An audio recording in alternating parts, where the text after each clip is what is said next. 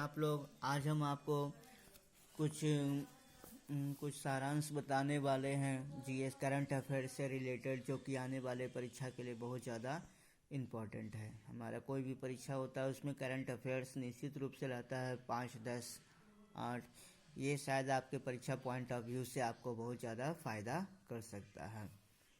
मेरा है ये करंट अफेयर्स। वर्ष 2027 तक न्यूजीलैंड ने पूर्ण रूप से धूम्रपान मुक्ति दिवस बनने की घोषणा की है। वर्ष 2027 तक न्यूजीलैंड ने पूर्ण रूप से धूम्रपान मुक्त दिवस बनने की घोषणा की है।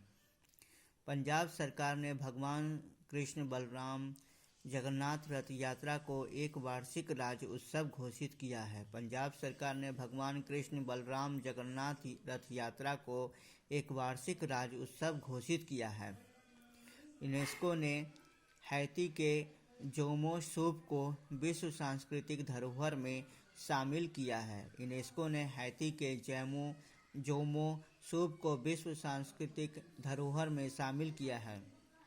यूनेस्को ने भारतीय त्यौहार दुर्गा पूजा को भारत का 14वां अमूर्त सांस्कृतिक विरासत घोषित किया है। झारखंड राज्य की विधानसभा में mob violence and mob lynching bill 2021 को पारित किया है। झारखंड राज्य की विधानसभा ने mob violence and mob lynching bill 2021 को पारित किया है। गृह मंत्रालय ने गैर सरकारी संगठनों एनजीओस के विदेशी योगदान विनिमय अधिनियम FCRA 2010 के तहत पंजीकरण को रद्द किया है। केंद्रीय मंत्रिमंडल ने विवाह के लिए महिलाओं की उम्र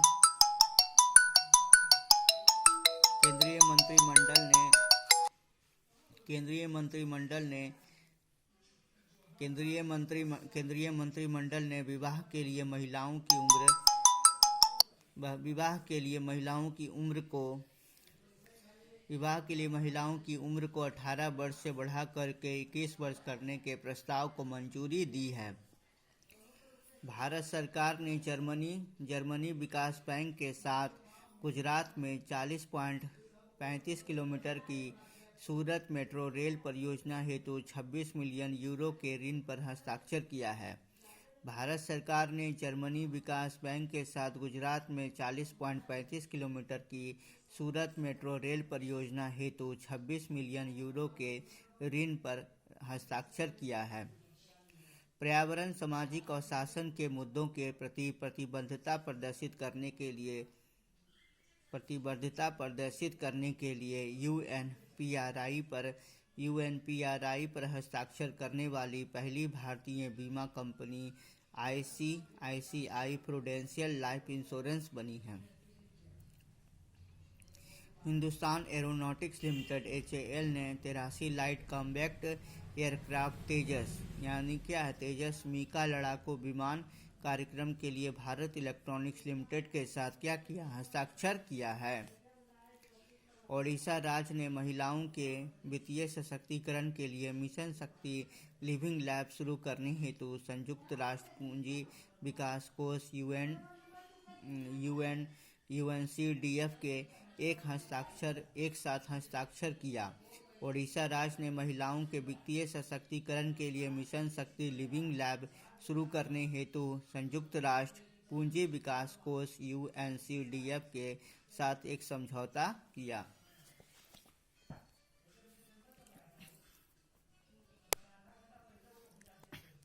भारत, ईरान और उज्बेकिस्तान ने चाबहार बंदरगाह के संयुक्त उपयोग पर समझौता किया है। भारत, ईरान और उज्बेकिस्तान ने चाबहार बंदरगाह के संयुक्त उपयोग पर समझौता किया है। IIT दिल्ली ने विभिन्न हथियार प्रणालियों में स्वदेशी समाधानों की आवश्यकताओं का समर्थन करने के लिए भारतीय वायुसेना के साथ एक समझौता किया है।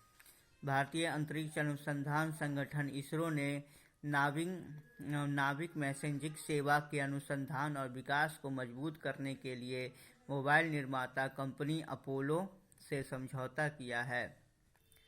महिलाओं सहित युवाओं में उद्यमिता और रोजगार के अवसरों तक पहुंच में सुधार के लिए कर्नाटक ने राज्य स्तरीय पहल यानी कोड उन्नति के एक भाग के रूप में संयुक्त राष्ट्र विकास कार्यक्रम के साथ एक समझौता किया है।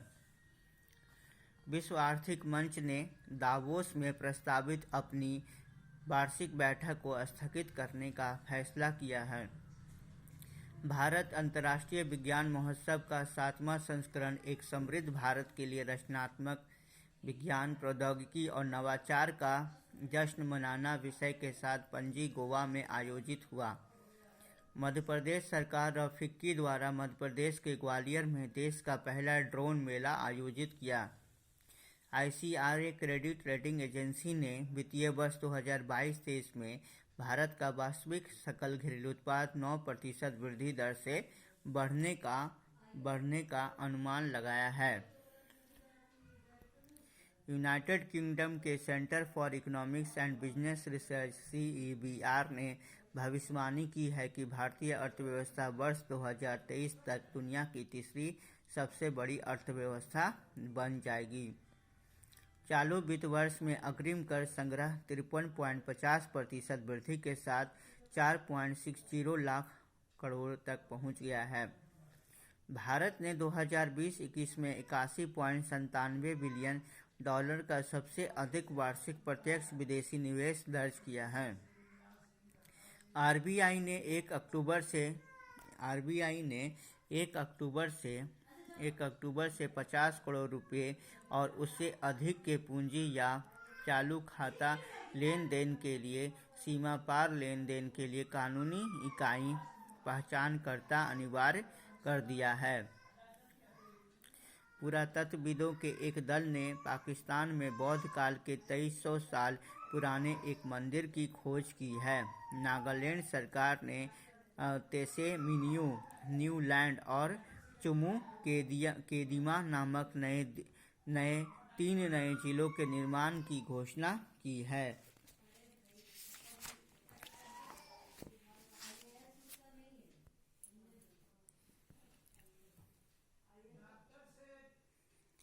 फोर्ब्स की दुनिया की 100 सबसे शक्तिशाली महिलाओं की 2021 की सूची में निर्मला सीतारमण का स्थान 37वां है। राज्य सरकार के पेंशनभोगियों के लिए पहचान के सत्यापन और जीवन प्रमाण पत्र जमा करने के लिए ओडिशा सरकार ने एक ऑनलाइन सेवा शुरू की है। अमित शाह ने गुजरात राज्य के सोला में उमिया परिसर में मां उमिया धाम विकास परियोजना के तहत उमिया माता धाम मंदिर और मंदिर परिषद की आधारशिला रखी।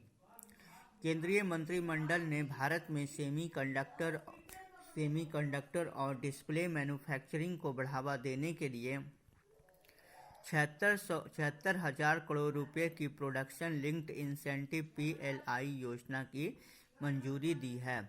सार्वजनिक क्षेत्र की बिजली कंपनी NTPC ने आंध्र प्रदेश के सिमहाद्री में एकल ईंधन सेल आधारित हरित हाइड्रोजन माइक्रोग्रिड परियोजना की शुरुआत की है।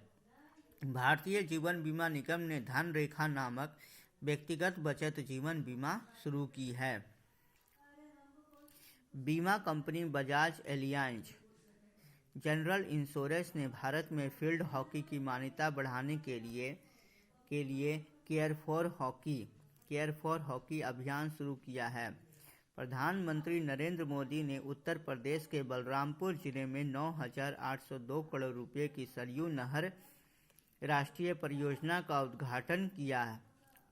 भारत में 2022 तक माइक्रोसॉफ्ट ने 1 लाख से अधिक शिक्षार्थियों को प्रशिक्षण देने के लक्ष्य के साथ एक साइबर सुरक्षा कौशल कार्यक्रम शुरू किया है। केंद्रीय कैबिनेट ने केन बेतवा नदी लिंक परियोजना को मंजूरी दी है। इस परियोजना की कुल अनुमानित लागत 44,605 करोड़ रुपए है। राष्ट्रीय महिला आयोग NCW ने सी इज ए चेंज मेकर नाम से एक अखिल भारतीय क्षमता निर्माण कार्यक्रम शुरू किया है। जम्मू कश्मीर संघ शासित क्षेत्र में पारंपरिक नमदा शिल्प को पुनर्जीवित करने और बढ़ावा देने के लिए एक पायलट परियोजना शुरू किया गया। भारत सरकार ने नागालैंड में अफस्पा को वापस लेने की मांग पर सुझाव देने हेतु भारत के महापंजीयक और जनगणना आयुक्त विवेक जोशी की अध्यक्षता में एक 5 सदस्यीय समिति गठित किया है।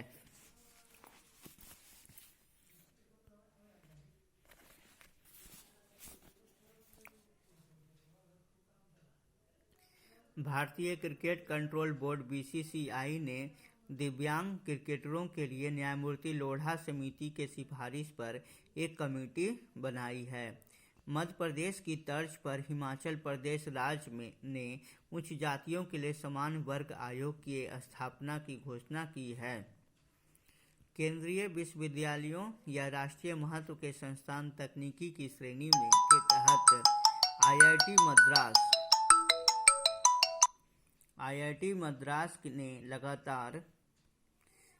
मद्रास ने लगातार तीसरे वर्ष Atal ranking of institutes on innovations achievements 2021 में पहला स्थान हासिल किया है।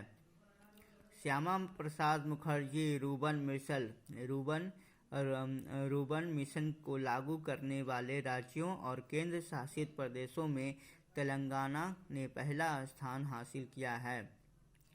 सुशासन सूचकांक 2021 को केंद्रीय मंत्री अमित शाह ने 25 दिसंबर 2021 को सुशासन दिवस के अवसर पर लॉन्च किया है।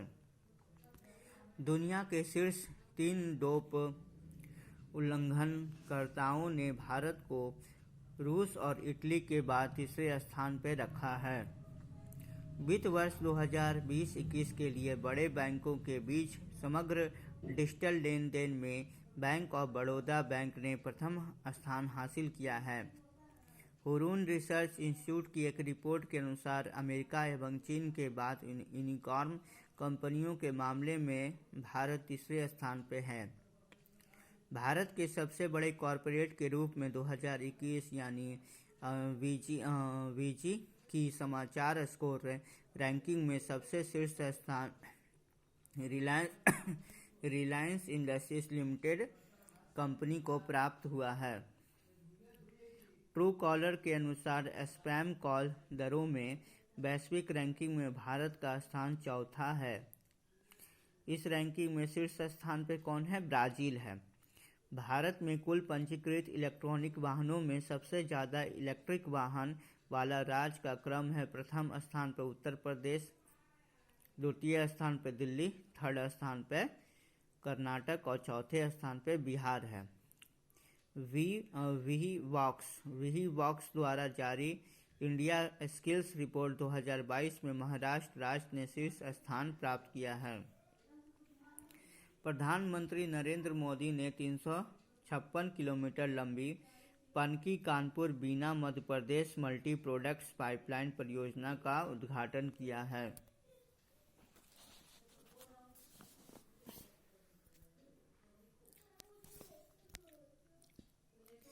पीएम नरेंद्र मोदी ने राष्ट्रीय ब्लॉकचेन परियोजना के तहत आईआईटी कानपुर के 54वें दीक्षांत समारोह में ब्लॉकचेन आधारित डिजिटल डिग्री का शुभारंभ किया। प्रधानमंत्री नरेंद्र मोदी ने हिमाचल प्रदेश के मंडी में 11,000 करोड़ रुपए की जल विद्युत परियोजनाओं का उद्घाटन और शिलान्यास किया। ओडिशा के मुख्यमंत्री नवीन पटनायक ने महानदी पर टी सेतु का उद्घाटन किया।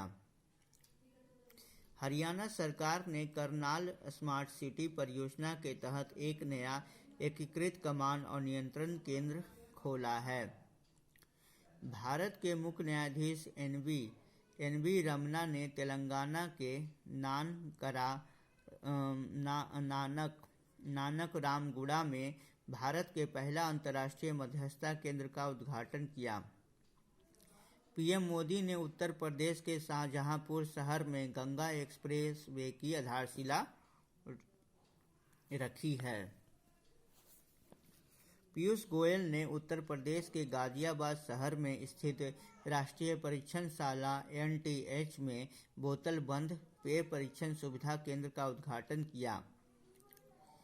नई दिल्ली में मेजर ध्यानचंद नेशनल स्टेडियम में पहली बार राष्ट्रीय स्तर की खेलो इंडिया महिला हॉकी लीग का उद्घाटन अनुराग ठाकुर द्वारा किया गया है।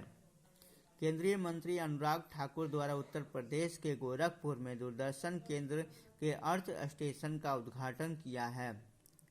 339 करोड़ रुपए की काशी विश्वनाथ कॉरिडोर परियोजना के पहले चरण का उद्घाटन नरेंद्र मोदी ने किया है। 1971 के युद्ध में भारत की जीत के 50 साल पूरे होने के उपलक्ष्य में स्वर्णिम विजय पर्व का उद्घाटन राजनाथ सिंह ने किया है। विश्व डोपिंग रोधी एजेंसी ने राष्ट्रीय डोप परीक्षण प्रयोगशाला को पुनः मान्यता दी है। जापान ने कायो शहर में मिनी बस जैसी दिखने वाली दुनिया का पहला डुअल मोड वाहन संचालित किया है। आयुष्मान भारत डिजिटल मिशन के साथ एकीकृत भारत का पहला स्वास्थ्य लॉकर डॉक प्राइम टेक ने लॉन्च किया है। प्यारे बच्चों, हम आपके लिए कुछ करंट अफेयर्स का सवाल लाए हैं, हो सकता है आपके परीक्षा में फ़ायदा दे। मेरे चैनल को लाइक कीजिएगा, सब्सक्राइब कीजिएगा, शेयर कीजिएगा। बाय बच्चों।